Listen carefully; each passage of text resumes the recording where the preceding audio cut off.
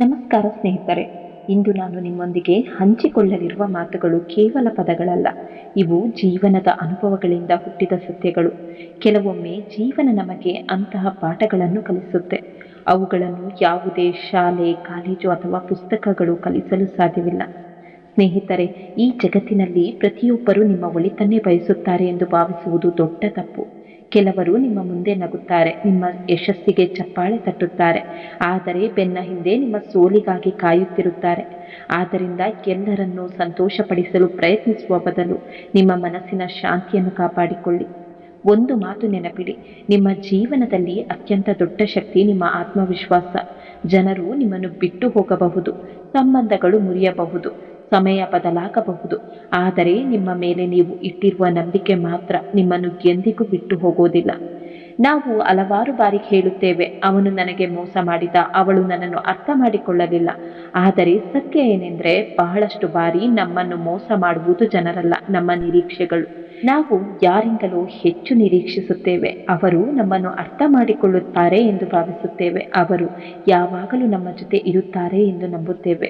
ಆದರೆ ಜೀವನ ಒಂದು ದಿನ ನಮಗೆ ಹೇಳುತ್ತೆ, ಯಾರ ಮೇಲೂ ಅತಿಯಾದ ನಿರೀಕ್ಷೆ ಇಡಬೇಡ, ಆಗ ನಿರಾಶೆಯೂ ಕಡಿಮೆಯಾಗುತ್ತದೆ.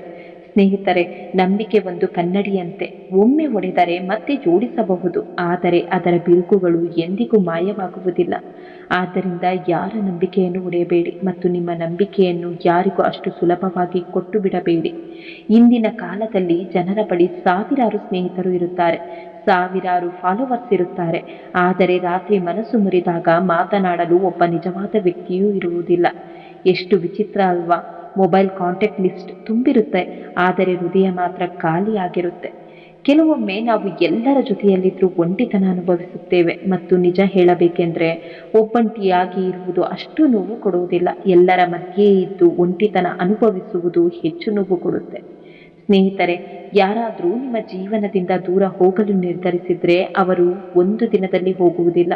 ಮೊದಲು ಮಾತು ಕಡಿಮೆ ಮಾಡುತ್ತಾರೆ, ನಂತರ ಸಮಯ ಕೊಡುವುದನ್ನು ನಿಲ್ಲಿಸುತ್ತಾರೆ, ಆಮೇಲೆ ನಿಮ್ಮನ್ನು ನಿರ್ಲಕ್ಷಿಸುತ್ತಾರೆ. ಕೊನೆಗೆ ನೀವು ಇದ್ದರೂ ಇಲ್ಲದಿದ್ದರೂ ಅವರಿಗೆ ಯಾವುದೇ ವ್ಯತ್ಯಾಸ ಇರುವುದಿಲ್ಲ. ಆ ಸಮಯದಲ್ಲಿ ಅವರನ್ನು ಹಿಡಿದುಕೊಳ್ಳಲು ಓಡಬೇಡಿ, ಯಾಕೆಂದರೆ ನಿಮ್ಮ ಮೌಲ್ಯವನ್ನು ಅರಿಯದವರಿಗಾಗಿ ನಿಮ್ಮ ಗೌರವವನ್ನು ಕಳೆದುಕೊಳ್ಳಬೇಡಿ. ಜೀವನದಲ್ಲಿ ಏನಾದರೂ ದೊಡ್ಡದನ್ನು ಸಾಧಿಸಬೇಕಾದ್ರೆ ಹಠಬೇಕು. ಕನಸು ಎಲ್ಲರಿಗೂ ಇರುತ್ತೆ, ಆದರೆ ಕನಸಿಗಾಗಿ ನಿದ್ದೆ ಬಿಟ್ಟು ದುಡಿಯುವವರು ಕೆಲವರೇ. ಯಶಸ್ಸು ಅದೃಷ್ಟದಿಂದ ಬರುವುದಿಲ್ಲ, ಅದು ನಿರಂತರ ಪ್ರಯತ್ನದಿಂದ ಬರುತ್ತೆ. ಚಿನ್ನ ಬೆಂಕಿಯಲ್ಲಿ ಸುಟ್ಟು ಅಮೂಲ್ಯವಾಗುತ್ತೆ, ವಜ್ರ ಒತ್ತಡವನ್ನು ಸಹಿಸಿ ಉಳಿಯುತ್ತೆ. ಹಾಗೆಯೇ ಮನುಷ್ಯನು ಕಷ್ಟಗಳನ್ನು ಎದುರಿಸಿದ ನಂತರವೇ ಬಲಿಷ್ಠನಾಗುತ್ತಾನೆ. ಕೆಲವರು ನಿಮ್ಮ ಹಾದಿಯಲ್ಲಿ ಅಡ್ಡಿಗಳನ್ನು ಹಾಕುತ್ತಾರೆ, ನಿಮ್ಮ ಬಗ್ಗೆ ಕೆಟ್ಟದಾಗಿ ಮಾತನಾಡುತ್ತಾರೆ, ನಿಮ್ಮನ್ನು ಕೆಳಗಿಳಿಯಲು ಪ್ರಯತ್ನಿಸುತ್ತಾರೆ, ಆದರೆ ಅವರಿಗೆ ಧನ್ಯವಾದ ಹೇಳಿ. ಯಾಕೆಂದರೆ ನಿಮ್ಮನ್ನು ಬೀಳಿಸಲು ಯತ್ನಿಸುವವರೇ ನಿಮಗೆ ಇನ್ನೂ ಎತ್ತರಕ್ಕೆ ಹಾರುವುದನ್ನು ಕಲಿಸುತ್ತಾರೆ. ಸ್ನೇಹಿತರೆ, ಪ್ರೀತಿ ಎಂಬ ಪದ ತುಂಬ ಸುಂದರ, ಆದರೆ ನಿಜವಾದ ಪ್ರೀತಿ ತುಂಬ ಅಪರೂಪ. ಇಂದು ಹಲವರು ನಾನು ನಿನ್ನನ್ನು ಪ್ರೀತಿಸುತ್ತೇನೆ ಎಂದು ಹೇಳುತ್ತಾರೆ, ಆದರೆ ಕಷ್ಟದ ಸಮಯ ಬಂದಾಗ ಕಾಣೆಯಾಗುತ್ತಾರೆ. ನಿಜವಾದ ಪ್ರೀತಿ ಮಾತುಗಳಲ್ಲಿ ಇರುವುದಿಲ್ಲ, ಅದು ತ್ಯಾಗದಲ್ಲಿ ಇರುತ್ತದೆ, ಅದು ಕಾಳಜಿಯಲ್ಲಿ ಇರುತ್ತದೆ. ಸ್ನೇಹಿತರೆ, ನಿಜವಾದ ಪ್ರೀತಿ ಎಂದರೇನು ಎಂಬುದನ್ನು ಅರ್ಥ ಮಾಡಿಕೊಳ್ಳಲು ಒಂದು ಸುಂದರವಾದ ಕಥೆಯನ್ನು ಕೇಳಿ.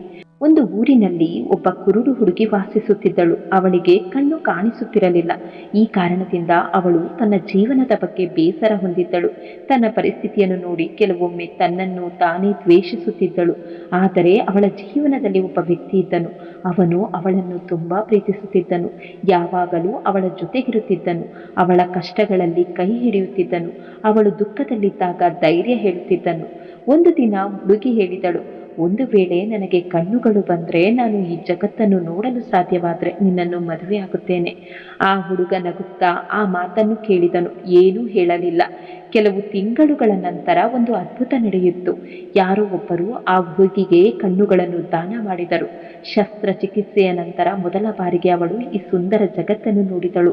ಆಕಾಶವನ್ನು ನೋಡಿದಳು, ಹೂಗಳನ್ನು ನೋಡಿದಳು, ತನ್ನ ಮನೆಯವರನ್ನು ನೋಡಿದಳು ಮತ್ತು ಅವಳು ಪ್ರೀತಿಸುತ್ತಿದ್ದ ಆ ಹುಡುಗನನ್ನು ಸಹ ನೋಡಿದಳು. ಆದರೆ ಅವಳು ನೋಡಿದ ದೃಶ್ಯ ಅವಳಿಗೆ ಆಘಾತ ತಂದಿತು. ಆ ಹುಡುಗನೇ ಕುರುಡನಾಗಿದ್ದ. ಅವನು ಸಂತೋಷದಿಂದ ಕೇಳಿದನು, ಈಗ ನಿನಗೆ ಜಗತ್ತು ಕಾಣುತ್ತಿದೆ, ನೀನು ಹೇಳಿದಂತೆ ನನ್ನನ್ನು ಮದುವೆಯಾಗುವೆಯಾ? ಆದರೆ ಹುಡುಗಿ ಮೌನವಾಗಿ ಬಿಟ್ಟಳು. ಅವಳ ಮನಸ್ಸು ಬದಲಾಗಿತ್ತು. ಅವಳು ಅವನನ್ನು ಮದುವೆಯಾಗಲು ನಿರಾಕರಿಸಿದಳು. ಆ ಹುಡುಗನ ಹೃದಯ ಮುರಿದು ಹೋಯಿತು. ಅವನು ಯಾವುದೇ ವಾದ ಮಾಡಲಿಲ್ಲ, ಯಾವುದೇ ದೂರು ನೀಡಲಿಲ್ಲ. ಕೆಲವು ದಿನಗಳ ನಂತರ ಅವನು ಒಂದು ಪತ್ರ ಬರೆದು ದೂರ ಹೋದನು. ಆ ಪತ್ರದಲ್ಲಿ ಕೇವಲ ಒಂದು ಸಾಲು ಇತ್ತು: ಪ್ರಿಯೆ, ನನ್ನ ಕಣ್ಣುಗಳನ್ನು ಚೆನ್ನಾಗಿ ನೋಡಿಕೊ. ಸ್ನೇಹಿತರೆ, ಆ ಕ್ಷಣದಲ್ಲಿ ಹುಡುಗಿಗೆ ಸತ್ಯ ಅರ್ಥವಾಯಿತು. ಅವಳು ನೋಡುತ್ತಿದ್ದ ಆ ಕಣ್ಣುಗಳು ಅವಳದೇ ಅಲ್ಲ, ಅವು ಅವಳನ್ನು ನಿಸ್ವಾರ್ಥವಾಗಿ ಪ್ರೀತಿಸಿದ್ದ ಆ ಹುಡುಗನ ಕಣ್ಣುಗಳು. ಅವಳು ಅತ್ತಳು, ತನ್ನ ತಪ್ಪನ್ನು ಅರಿತುಕೊಂಡಳು. ಆದರೆ ಆಗ ತುಂಬ ತಡವಾಗಿತ್ತು. ಈ ಕಥೆ ನಮಗೆ ಒಂದು ದೊಡ್ಡ ಪಾಠ ಕಲಿಸುತ್ತೆ. ಜೀವನದಲ್ಲಿ ಪರಿಸ್ಥಿತಿಗಳು ಬದಲಾಗುತ್ತೆ, ಸಮಯ ಬದಲಾಗುತ್ತೆ, ಜನರ ಸ್ಥಾನಮಾನ ಬದಲಾಗುತ್ತೆ. ಆದರೆ ಕೆಲವೊಮ್ಮೆ ನಮ್ಮನ್ನು ನಿಜವಾಗಿಯೂ ಪ್ರೀತಿಸಿದವರ ಮೌಲ್ಯವನ್ನು ನಾವು ಅವರು ದೂರವಾದ ನಂತರವೇ ಅರ್ಥ ಮಾಡಿಕೊಳ್ಳುತ್ತೇವೆ. ಆದ್ದರಿಂದ ನಿಮ್ಮ ಜೀವನದಲ್ಲಿ ನಿಮ್ಮನ್ನು ನಿಸ್ವಾರ್ಥವಾಗಿ ಪ್ರೀತಿಸುವವರು ಯಾರಾದರೂ ಇದ್ದರೆ ಅವರ ಮೌಲ್ಯವನ್ನು ಅರಿತುಕೊಳ್ಳಿ. ಯಾಕೆಂದರೆ ನಿಜವಾದ ಪ್ರೀತಿ ಕೇವಲ ನಾನು ನಿನ್ನನ್ನು ಪ್ರೀತಿಸುತ್ತೇನೆ ಎನ್ನುವ ಮಾತಿನಲ್ಲಿ ಇರೋದಿಲ್ಲ. ನಿಜವಾದ ಪ್ರೀತಿ ಎಂದರೆ ಕಷ್ಟ ಬಂದಾಗ ಜೊತೆ ನಿಲ್ಲುವುದು, ತ್ಯಾಗ ಮಾಡುವುದು ಮತ್ತು ಪ್ರತಿಫಲದ ನಿರೀಕ್ಷೆ ಇಲ್ಲದೆ ಪ್ರೀತಿಸುವುದು. ಸಂತೋಷದಲ್ಲಿದ್ದಾಗ ಎಲ್ಲರೂ ನಿಮ್ಮ ಜೊತೆ ಇರುತ್ತಾರೆ, ಆದರೆ ದುಃಖದಲ್ಲೂ ನಿಮ್ಮ ಕೈ ಹಿಡಿದು ನಿಲ್ಲುವವರೇ ನಿಜವಾದವರು.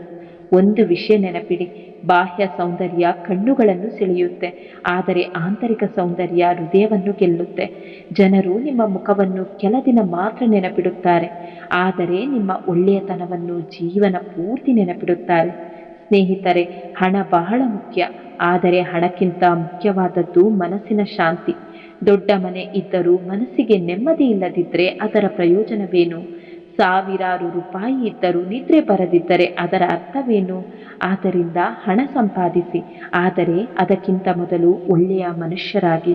ಇಂದಿನ ಜಗತ್ತಿನಲ್ಲಿ ಜನರು ನಿಮ್ಮ ಮನಸ್ಸನ್ನು ನೋಡುವುದಿಲ್ಲ, ನಿಮ್ಮ ಸ್ಥಾನಮಾನವನ್ನು ನೋಡುತ್ತಾರೆ. ನಿಮ್ಮ ವ್ಯಕ್ತಿತ್ವವನ್ನು ನೋಡುವುದಿಲ್ಲ, ನಿಮ್ಮ ಸಂಪತ್ತನ್ನು ನೋಡುತ್ತಾರೆ. ಆದರೆ ನೆನಪಿಡಿ, ಸಮಯ ಎಲ್ಲವನ್ನು ಬದಲಾಯಿಸುತ್ತೆ. ಇಂದು ಇರುವ ಹಣ ನಾಳೆ ಇರದೇ ಇರಬಹುದು, ಇಂದು ಇರುವ ಸ್ಥಾನಮಾನ ನಾಳೆ ಕಳೆದು ಹೋಗಬಹುದು, ಆದರೆ ಒಳ್ಳೆಯ ಗುಣ ಮಾತ್ರ ಯಾವಾಗಲೂ ನಿಮ್ಮ ಜೊತೆಯೇ ಇರುತ್ತೆ. ಸ್ನೇಹಿತರೆ, ಯಾರಾದರೂ ನಿಮ್ಮ ಬಗ್ಗೆ ಕೆಟ್ಟದಾಗಿ ಮಾತನಾಡಿದರೆ ದುಃಖ ಪಡಬೇಡಿ. ಸಿಂಹದ ಬಗ್ಗೆ ಯಾವಾಗಲೂ ನಾಯಿಗಳು ಹೊಗಳುತ್ತವೆ, ಆದರೆ ಸಿಂಹ ಎಂದಿಗೂ ತಿರುಗಿ ಉತ್ತರ ಕೊಡುವುದಿಲ್ಲ. ನಿಮ್ಮ ಕೆಲಸ ನಿಮ್ಮ ಉತ್ತರವಾಗಲಿ, ನಿಮ್ಮ ಯಶಸ್ಸು ನಿಮ್ಮ ಪ್ರತಿಕಾರವಾಗಲಿ. ಜೀವನದಲ್ಲಿ ಕೆಲವೊಮ್ಮೆ ಬಿರುಗಾಳಿಗಳು ಬರುತ್ತೆ. ಆ ಸಮಯದಲ್ಲಿ ಕೆಲವರು ನಿಮ್ಮ ಕೈ ಬಿಡುತ್ತಾರೆ, ಆದರೆ ಕೆಲವರು ನಿಮ್ಮ ಕೈ ಬಿಗಿಯಾಗಿ ಹಿಡಿಯುತ್ತಾರೆ. ಅದೇ ಸಮಯದಲ್ಲಿ ಯಾರು ನಿಜವಾದವರು ಎಂಬುದು ಗೊತ್ತಾಗುತ್ತೆ. ಆದ್ದರಿಂದ ಕಷ್ಟಗಳನ್ನು ಶಾಪ ಎಂದು ಭಾವಿಸಬೇಡಿ, ಅವು ನಿಮ್ಮ ಜೀವನದ ನಿಜವಾದ ಶಿಕ್ಷಕರು. ಕೊನೆಯಲ್ಲಿ ಸ್ನೇಹಿತರೆ, ಯಾವುದನ್ನು ಬದಲಾಯಿಸಬಹುದೋ ಅದನ್ನು ಬದಲಾಯಿಸಿ, ಯಾವುದನ್ನು ಸ್ವೀಕರಿಸಬಹುದೋ ಅದನ್ನು ಸ್ವೀಕರಿಸಿ, ಮತ್ತು ಯಾವುದನ್ನು ಬದಲಾಯಿಸಲು ಸಾಧ್ಯವಿಲ್ಲವೋ ಸ್ವೀಕರಿಸಲು ಸಾಧ್ಯವಿಲ್ಲವೋ ಅದನ್ನು ಬಿಟ್ಟು ಬಿಡಿ. ಜೀವನ ತುಂಬ ಚಿಕ್ಕದು. ದ್ವೇಷಕ್ಕೆ ಸಮಯ ವ್ಯರ್ಥ ಮಾಡಬೇಡಿ. ಅತಿಯಾದ ನಿರೀಕ್ಷೆಗಳಿಗೆ ನಿಮ್ಮ ಸಂತೋಷವನ್ನು ಬಲಿ ಕೊಡಬೇಡಿ. ನಿಮ್ಮ ಕನಸುಗಳಿಗಾಗಿ ಬದುಕಿ, ನಿಮ್ಮ ಆತ್ಮ ಸಾಕ್ಷಿಗೆ ನಿಷ್ಠರಾಗಿರಿ ಮತ್ತು ಯಾವಾಗಲೂ ನೆನಪಿಡಿ: ಜನರು ಬದಲಾಗುತ್ತಾರೆ, ಸಮಯ ಬದಲಾಗುತ್ತದೆ, ಪರಿಸ್ಥಿತಿಗಳು ಬದಲಾಗುತ್ತೆ, ಆದರೆ ನಿಮ್ಮ ಸ್ವಾಭಿಮಾನ, ನಿಮ್ಮ ಒಳ್ಳೆಯತನ ಮತ್ತು ನಿಮ್ಮ ನಂಬಿಕೆ ಮಾತ್ರ ನಿಮ್ಮ ನಿಜವಾದ ಸಂಪತ್ತು. ಜೀವನದಲ್ಲಿ ಕೆಲವೊಂದು ಪಾಠಗಳನ್ನು ಯಾವುದೇ ಶಾಲೆ ಅಥವಾ ಕಾಲೇಜು ಕಲಿಸುವುದಿಲ್ಲ. ಅವುಗಳನ್ನು ನಮಗೆ ಸಮಯ, ಪರಿಸ್ಥಿತಿ ಮತ್ತು ಅನುಭವಗಳು ಕಲಿಸುತ್ತೆ. ಭರವಸೆ ಅಂದ್ರೆ ಒಳ್ಳೆಯದು ಆಗಲಿ ಎಂದು ಆಶಿಸೋದು, ನಂಬಿಕೆ ಅಂದ್ರೆ ಒಳ್ಳೆಯದು ಆಗುತ್ತದೆ ಎಂದು ನಿಶ್ಚಯಿಸೋದು, ಮತ್ತು ಧೈರ್ಯ ಅಂದ್ರೆ ಆ ಒಳ್ಳೆಯದಕ್ಕಾಗಿ ಕಾರ್ಯಪ್ರವೃತ್ತರಾಗೋದು.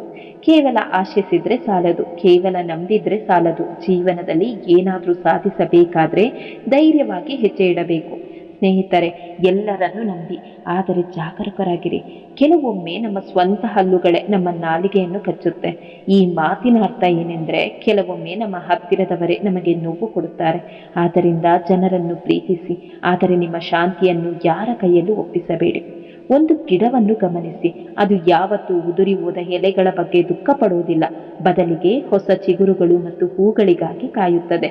ನಾವು ಸಹ ಹಾಗೆಯೇ ಇರಬೇಕು.